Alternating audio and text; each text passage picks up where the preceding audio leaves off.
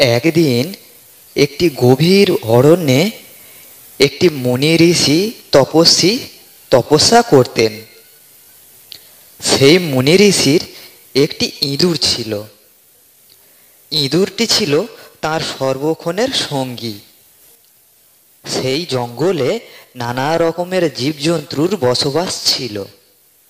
একদিন সেই ইঁদুরটি ঘুরতে ঘুরতে একটি বিড়ালের সম্মুখীন হয়। সেই বিড়ালটি ইঁদুরটিকে তাড়া করাতে সেই ইঁদুরটি ছুটতে গিয়ে মুনি ঋষির সামনে দাঁড়ায়। মুনি ঋষি ভাবল ইঁদুরটা তাকে কিছু বলতে চায়, তাই মুনি ঋষি ইঁদুরের মনের ইচ্ছা জানার জন্য তার মন্ত্রপুত জল সেই ইঁদুরের গায়ে ছড়া দেয় এবং বলে, ইঁদুর তুই কথা বল। যেই না জল ছড়া দেওয়া সঙ্গে সঙ্গে ইঁদুরটি মানুষের মতো কথা বলতে লাগলো। তখন ইঁদুরটি বলল, দেখুন না সাধু বাবা, একটি বিড়াল আমাকে তাড়া করেছে। আপনি দয়া করে আমাকে ওই বিড়াল করে দিন, যাতে বিড়াল আমার না তাড়া করতে পারে। তখন সেই মুনি ঋষি তাঁর মন্ত্রপুত জল ইঁদুরটির গায়ে ছড়িয়ে দেয় এবং ইঁদুরটি তখন বিড়ালের রূপে পরিণত হয়।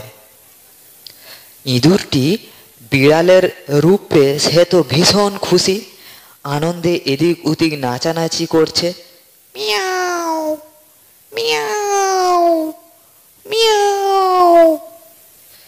সে ছিল ইঁদুর, এখন বিড়াল হওয়াতে সে এদিক ওদিক ঘুরে বেড়াতে লাগলো। এদিক ওদিক ঘুরতে ঘুরতে সে হঠাৎ একটি বাঘের সম্মুখীন হলো এবং বাঘটি তাকে তাড়া করলো। সে ছুটতে ছুটতে ছুটতে ছুটতে মুনি ঋষির কাছে এলো। মুনি ঋষির কাছে এসে মুনি ঋষির কাছে এসে বিড়ালটি হাঁপাতে হাঁপাতে বলল, সাধু বাবা, সাধু বাবা, একটি বিশাল ভয়ানক বাঘ আমাকে তাড়া করেছে, আমাকে বাঁচান, আমাকে বাঁচান সাধু বাবা।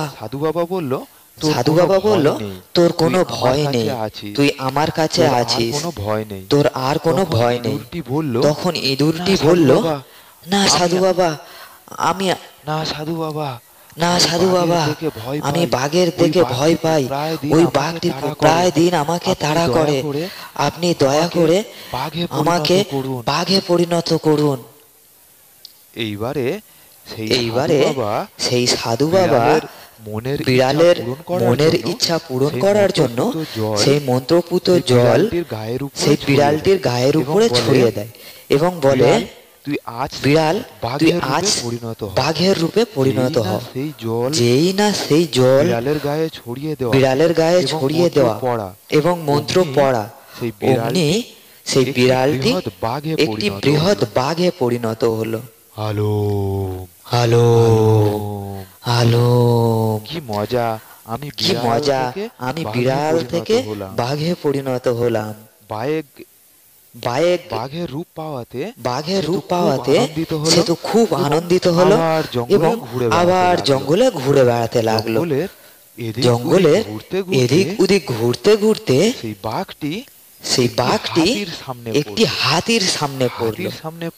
হাতির সামনে পড়াতে সে তো ভীষণ ভয় পেল।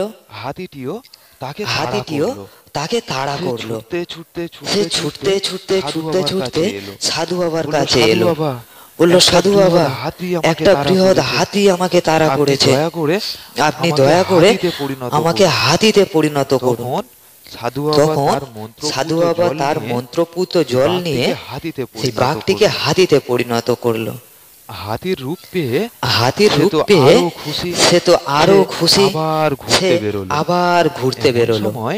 এমন সময় জঙ্গলে ঘুরতে ঘুরতে সে দেখলো কিছু রাজার সিপাই তার দিকে আসছে এবং তারা বলা বলি করতে লাগছে যে চলো এই সুন্দর হাতিটা যদি রাজামশাইকে উপহার দিই তাহলে রাজামশাই খুব খুশি হবেন। এই বলে রাজার সিপাহীরা সেই হাতিটিকে দড়িতে বেঁধে রাজপ্রাসাদে নিয়ে চলে গেলেন। প্রিয় বন্ধুরা, প্রিয় বন্ধুরা, ভিডিওটি আজ আজ এই পর্যন্তই। গল্পটি ভালো লাগলে প্লিজ একটা লাইক দিয়ে সাবস্ক্রাইব করে আমাদের দিন। চ্যানেলটিকে সাবস্ক্রাইব তাহলে করে দিন এখনই। আমরা প্রতিদিন তাহলে আপনাকে আমরা একটি প্রতিদিন নতুন আপনাকে গল্প একটি শোনাতে নতুন পারবো। নতুন গল্প ভিডিওটি শোনাতে শেষ পারবো। পর্যন্ত দেখার ভিডিওটি জন্য শেষ পর্যন্ত অসংখ্য দেখার ধন্যবাদ। জন্য অসংখ্য ধন্যবাদ।